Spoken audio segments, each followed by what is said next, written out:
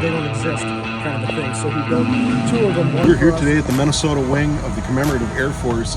We were asked by our friends here to do a special project for their B-25 Mitchell bomber. We made some parts for them. We're going to show it to you right here, and we're going to go inside and deliver them right now and check out the cool displays. Make sure you get a chance to check these guys out. If you're in the area in South St. Paul, Minnesota, stop by, check it out. This place is an awesome working museum. It is well worth the stop.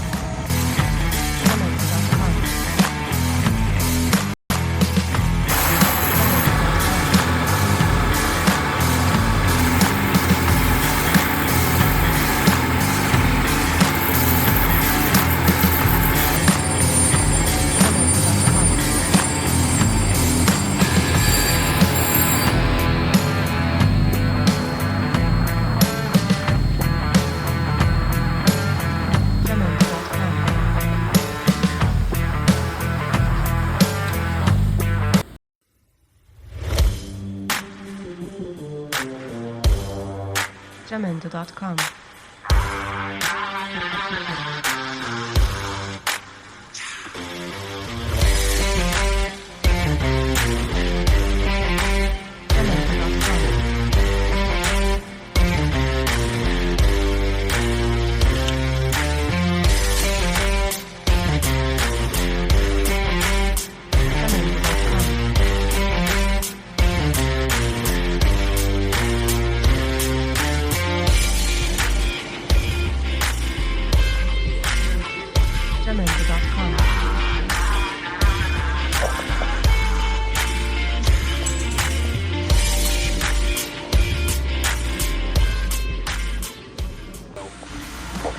That's going to allow this plate to come forward, and then it's going to guide out like that somewhere in here.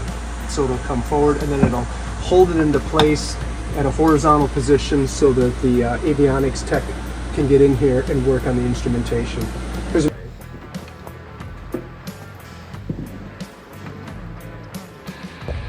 Alright, we're up here inside of it, crawling through, it's tight.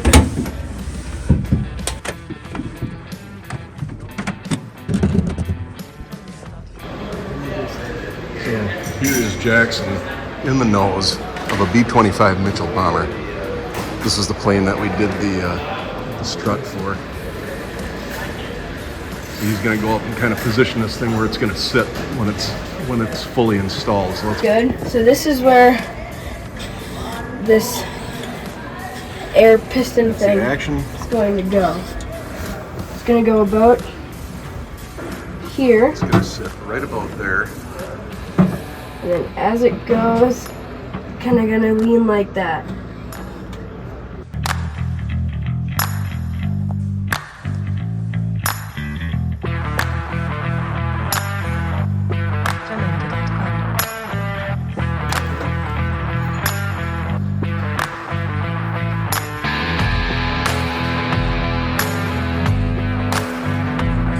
Yeah, so this is fully articulating. So as we push up, and then it stows. The ammunition feeds come out flat, then they quickly turn. They get to about right here, then they twist back to horizontal. They go into a feed tray, so it's just a labyrinth of different things it has to do. And the reason right here, and I have two feed chutes that are this wide. Guess how much room you have to go through? You got about that much room. But if I take them vertical, you have that much room. So that's why it had to twist and turn to allow you to go forward and backwards. So this is a flat piece of plexiglass that's heated and it's put into a mold and it's slumped. This is called crazing. You see how that? And crazing generally only affects the surface of it, but then over time it can penetrate into the plexiglass. You can see how thick this plexiglass is. I mean, it's really, really thick stuff. And what we have will be absolutely crystal clear.